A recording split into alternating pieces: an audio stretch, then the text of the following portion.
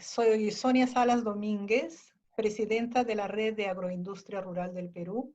Esta es una ONG, pero sobre todo es un mecanismo de coordinación interinstitucional entre instituciones que trabajan en desarrollo, instituciones académicas y también instituciones científicas. Trabajamos en el ámbito rural, de todo el país, en Perú, pero también tenemos un ámbito internacional y estamos trabajando justamente con ustedes como nodo de Argentina, con los países de la zona andina, del área andina. El trabajo de REDAR se orienta sobre todo a utilizar como herramienta de desarrollo en los territorios a la agroindustria rural, que permite generar valor agregado a las economías de los pequeños agricultores. Y en el ámbito internacional trabajamos valorando, rescatando, visibilizando los saberes haceres ancestrales, la biodiversidad andina y el estilo de vida de nuestros ancestros, que hoy se practican y está de manera viva en las comunidades originarias. Yo agradezco mucho, Maggie, el que me hayas invitado. Es un gusto estar presente en este foro virtual de cocinas locales. Creo que es muy importante hablar de la pandemia. En esta situación de pandemia generalizada, es importante hablar sobre los alimentos y sobre quiénes la producen. En esta crisis tenemos pues dos frentes, ¿no? Dos frentes de batalla. Uno es el frente de salud y el otro es la alimentación. La alimentación que en esta ocasión vamos a referirnos justamente a ese 70%, a esos campesinos rurales que producen el 70% de los alimentos que los citadinos consumimos. Población que está principalmente en las zonas altoandinas y mayoritariamente representado por comunidades originarias y pequeños productores de la agricultura familiar. Mayormente estos pobladores son los guardianes de nuestra riqueza cultural, son los guardianes de nuestra rica biodiversidad. Sin embargo, viven en situación de exclusión y pobreza, con una tasa de desnutrición alta en los niños. En el caso de Perú tenemos el 32%, y la incidencia de pobreza rural que llega hasta el 46%. ¿Qué pasa con esta población ahora que estamos viviendo esta crisis, esta pandemia? El contexto del Perú, el contexto del país. La pandemia ha desenmascarado el sistema neoliberal que privatizó todo, profundizó la inequidad, mercantilizó los pilares fundamentales de nuestra sociedad, como son la salud, la educación, el trabajo y también la alimentación. Como consecuencia de ello, hoy tenemos hospitales desimplementados, los mejores médicos fueron llevados a clínicas privadas que hoy cobran hasta $24,000 por atender a un paciente de COVID. El 70% de la población económicamente activa se sustenta de un trabajo injusto, precario e informal, en el caso de Perú. El poblador rural migrante a las ciudades es el que se dedica mayoritariamente a este trabajo informal. Por estas razones, a pesar de que nuestro gobierno tomó las medidas de manera oportuna y medidas adecuadas, a los 80 días de confinamiento, el número de contagiados y de muertes va en aumento. El aislamiento social no se cumplió. A los 15 días de confinamiento, los trabajadores informales salieron a las calles, no acataron la orden, ya que de hacerlo suponía quedarse sin ingresos económicos para alimentar a sus familias. Otro fenómeno que se ha dado en el Perú es el retorno masivo de los migrantes a sus comunidades de origen, ya que la ciudad ya no le daba los medios de vida y sobre todo la alimentación. El gobierno ha distribuido el apoyo social a través de bonos y canastas. Sin embargo, estos bonos no han llegado a la mayoría de los habitantes de las zonas rurales. Fueron distribuidos a través de los municipios, pero recién ahora nos damos cuenta que la corrupción ha copado todas las esferas. Hasta los municipios más pequeños están inmersos en la corrupción y ni siquiera son el nexo que deberían ser entre la población y el Estado. No existe un diagnóstico de qué pasa en el ámbito nacional, sobre todo en el rural. Yo les voy a presentar testimonios de las comunidades con quienes trabajamos, que están ubicadas en el sur del Perú, como son Cusco, Puno, Apurímac, Andahuaylas, la zona central de Junín, Cerro de Pasco, en el norte el departamento de Ancash, Cajamarca, Chiclayo, Lambayeque, etc.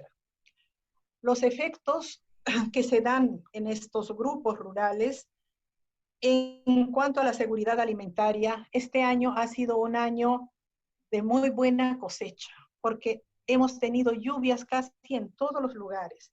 Por tanto, la alimentación está garantizada por lo menos por unos 8 meses. Sin embargo, el futuro es incierto, porque la gente va a carecer de los insumos necesarios para la producción. En este momento, estos insumos ya han subido en un 50%. O sea que el problema para el próximo año es que si los campesinos no cuentan con apoyo del Estado que les permita sembrar durante los meses de septiembre a noviembre, que son las épocas de siembra, el próximo año puede presentarse una hambruna que afectará no solamente a las zonas rurales, sino también a las zonas urbanas. En lo económico, la crisis provocada por el COVID está afectando de manera significativa a estos pequeños productores, quienes no han podido vender sus productos, no pueden vender sus productos. Debido a la cuarentena se restringió el transporte, se han limitado las ferias, se han cerrado los restaurantes, etc. Este es el periodo de la cosecha grande. Muchas de las cosechas se están quedando en las chacras, como manifiestan los productores de Junín, de Puno y de Ancash. Como decía, el precio de los fertilizantes, semillas y otros insumos ha subido en un 50%. En algunas localidades, como es el caso de Puno, prácticamente no han podido cosechar porque también les hacía falta mano de obra. Todo el mundo tenía que estar encerrado. En lo social, el patrimonio sociocultural de nuestras comunidades rurales ha sido el sustento para resistir diversas crisis. Por ejemplo, los cambios climáticos, y actualmente ayuda a superar la pandemia. Las comunidades mantienen muchas prácticas tradicionales, como son el chalacuy, que es el trueque, el aini, que es la ayuda mutua, la reciprocidad, que es el dar y recibir.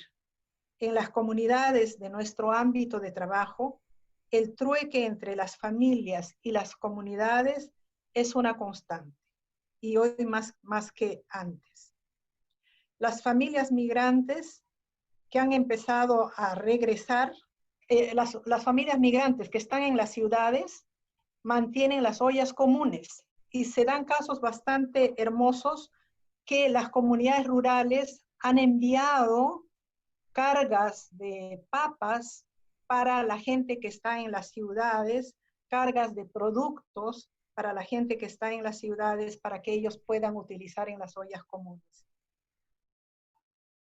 En las comunidades campesinas organizadas se ha empezado a reactivar las rondas campesinas.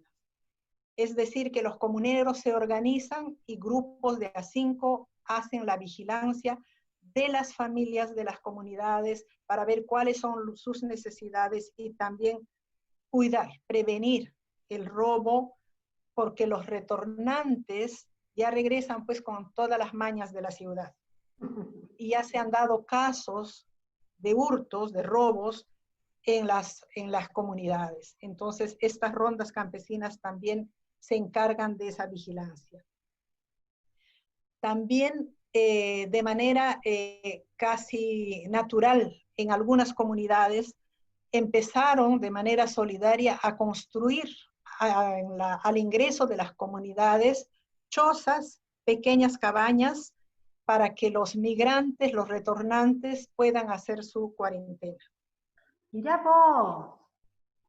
Sí, sí, han hecho todas estas medidas, ¿no? Entonces, es importante indicar que los retornantes indudablemente van a generar un problema social muy fuerte porque se duplican las bocas que tienen que consumir los alimentos. Además, regresan pues con hábitos y formas de vida diferentes que van a generar problemas sociales en las comunidades y ahora ya los están generando, ¿no?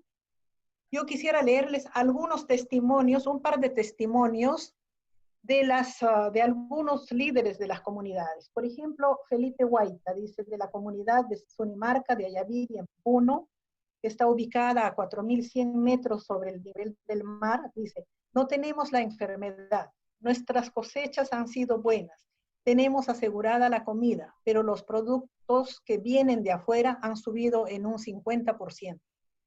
Hemos tenido problemas con los retornantes, han robado algunas casas. Estamos organizados en rondas para mantener el orden y la defensa de la comunidad. Un comunero de Palcamayo y Guasau, de la zona de Junín, que también está ubicada a 4.000 metros del nivel del mar, dice, la demanda de nuestros productos frescos ha decrecido debido al cierre de restaurantes y cierres temporales de los mercados de productores y de minoristas. La cosecha grande se está perdiendo en las chacras. Enrique, presidente de la cooperativa de productores AMSECHAM, de Rangracán, Chandahuaylas, en Apurímac, ubicado a 2.800 metros sobre el nivel del mar. Dice, tenemos 240 socios en la cooperativa. Ellos tienen problemas económicos porque no pueden vender sus cosechas. Somos productores de papas, alberjas. Nuestra producción se está quedando en la chacra. Los socios están retirando sus ahorros. Nos vamos a quedar sin liquidez. No tenemos contaminados, pero los retornantes están generando conflictos porque traen otras costumbres. Los insumos de producción se están encareciendo. Queremos hacer el trueque de papas con la gente de Lima, que Redar nos apoye. Y así. En conclusión, la incidencia de casos del COVID en las zonas rurales es muy limitada. No es significativa.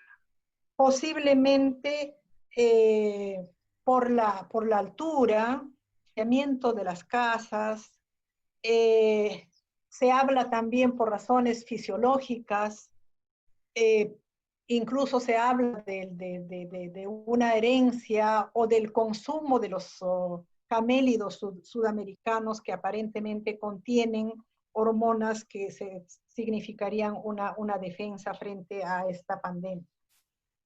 Sin embargo, el potencial impacto económico y social del COVID aún es incierto en este momento. El 70% de la población económicamente activa que depende de los ingresos diarios para subsistir ha sido muy golpeada y también la clase media. No queda duda de que la pandemia afectará de una manera más crítica a las personas que ya se encontraban en situación de vulnerabilidad, como son nuestros pobladores rurales, habitantes de las montañas, de las zonas altas de montañas. Si no hay decisión política de apoyo al pequeño productor, dándole los medios de producción, todos estaremos en dificultades. La prevención de la pandemia no es solo lavarse las manos, sino conservar las especies, producir alimentos saludables y respetar las barreras naturales. Muchísimas gracias, Sonia, por ese informe tan completo. Sí. Solo para terminar, Maggie, si me permites un segundo. Sí, cómo no. ¿Qué podemos esperar después de la pandemia? Creo que el cambio, la economía de la muerte tiene que cambiar por una economía de vida. Que retornemos hacia la convivencia armónica con la naturaleza, que cuidemos nuestro hogar común que es la tierra, de acuerdo con la filosofía y la cosmología del poblador andino. Que los seres humanos pongamos en armonía el cerebro con el corazón, la inteligencia con los sentimientos. Que dejemos de depender de una supraestructura alimentaria, que haya autonomía con respeto a lo que comemos, que promovamos la soberanía alimentaria, la agroecología, que plantea el desarrollo de sistemas agroalimentarios locales, territorializados, que cuenten con mayor autonomía. Que no se piense en la alimentación como una mercancía. Gracias, Maggie.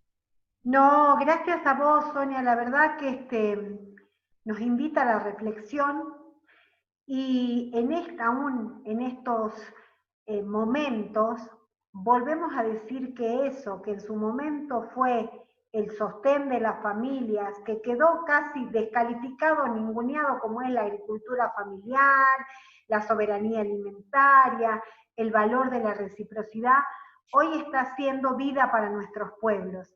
Te agradezco por ese testimonio. Bueno, un abrazo andino, latinoamericano, un abrazo virtual, pero de corazón a corazón, como te decía al principio, y a todos los hermanos que nos han visitado el año pasado, sepan que, bueno, así como ellos han mandado sus papitas a la ciudad, mandamos de acá también nuestras papitas virtuales para que podamos alimentarnos. 1.000.000 de gracias, Sonia, y bueno, muchas gracias por participar de este foro, que seguramente se va a repetir en otras instancias. ¿Te has preguntado qué hacen los jóvenes de zonas rurales al terminar sus estudios? Alex y Wilberta nacieron en Guaritambo. A sus 16 años les ha tocado vivir en un lugar donde los servicios educativos aún carecen de los recursos necesarios para obtener una buena formación, y más aún, una buena profesión o un buen empleo. En el Perú, muchos jóvenes campesinos migran a las grandes ciudades en busca de una mejor educación y oportunidades. Pero ellos han decidido quedarse, pues hace un par de años conocieron el Centro de Capacitación en Agronegocios para Jóvenes Campesinos en el Fundo Pochuncocha, donde han aprendido, a través de una educación modular, una serie de habilidades que les permitirán tener alternativas de desarrollo a la vez que contribuyen con su comunidad, a través de la creación de negocios que sigan patrones de calidad y ayuden a mejorar la calidad de vida de sus familias. Hemos aprendido bien, sí, ahora sí, si nosotros no estudiamos, ya bueno, podemos armar nuestro propio negocio, nosotros mismos ya, como sabemos, ya hacer pan, mermelada, néctares. Tenemos 3 módulos, procesamiento de frutas. En ello enseñamos a los alumnos a elaborar mermeladas, néctares, frutas en almíbar. También hemos tenido el módulo de heladería y de último tenemos módulo de panadería y también hemos terminado con la elaboración o decoración de tortas.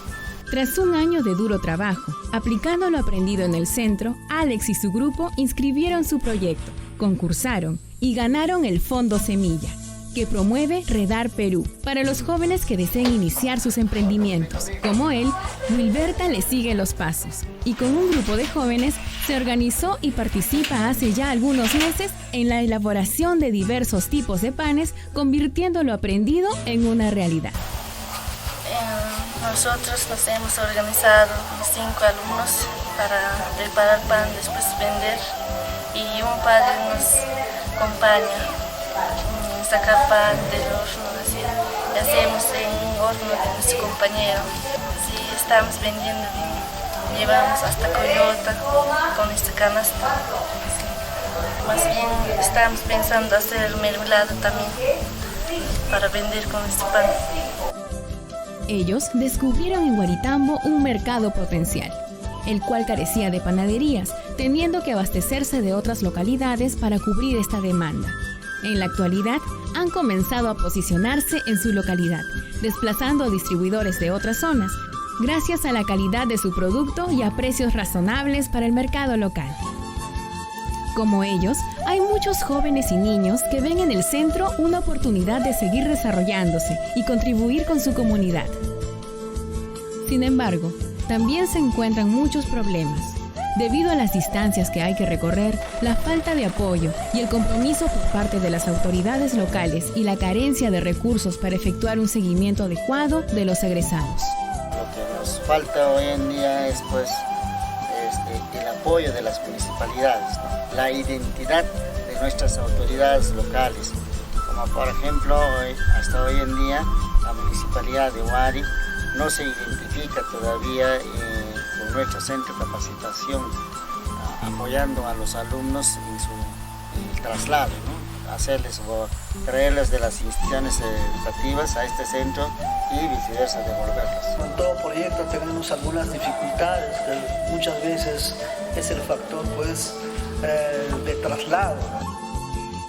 Con tu ayuda y el trabajo conjunto de beneficiarios e involucrados en este proyecto, se pretende cambiar esta realidad a través de la capacitación y formación de emprendedores en la zona rural, capacitándolos en el manejo adecuado de sus recursos y enseñándoles a crear emprendimientos en sus localidades, contribuyendo así al desarrollo de las mismas. Bueno, soy exalumna egresada del Centro Chucocha, llamado Rural Perú. Ellos me dieron un acompañamiento completo, desde el momento de la capacitación, desde el momento de la preparación hasta la venta, marketing y todo. Sí, ahora puede entrar a cualquier mercado, ¿no? Ofrecer sin miedo alguna, porque mi producto es sano y natural. Y gracias a esa capacitación que tuve, ahora tengo mi negocio propio. ¿Y por qué? Me va muy bien. Yo soy de la provincia de San Luis, Carlos Fermín Pizcarral, de uno de los caseríos. Estuve capacitándome en el año 2008, luego regresé como capacitador. No sabíamos nosotros preparar el pan, ni mermelada tampoco. Nuestros productos que produce acá también no utilizamos. Ahora sí utilizamos ya aguaymanto, sabuco, zarzamores, cosas. Ahora hacemos nuestra mermelada propia.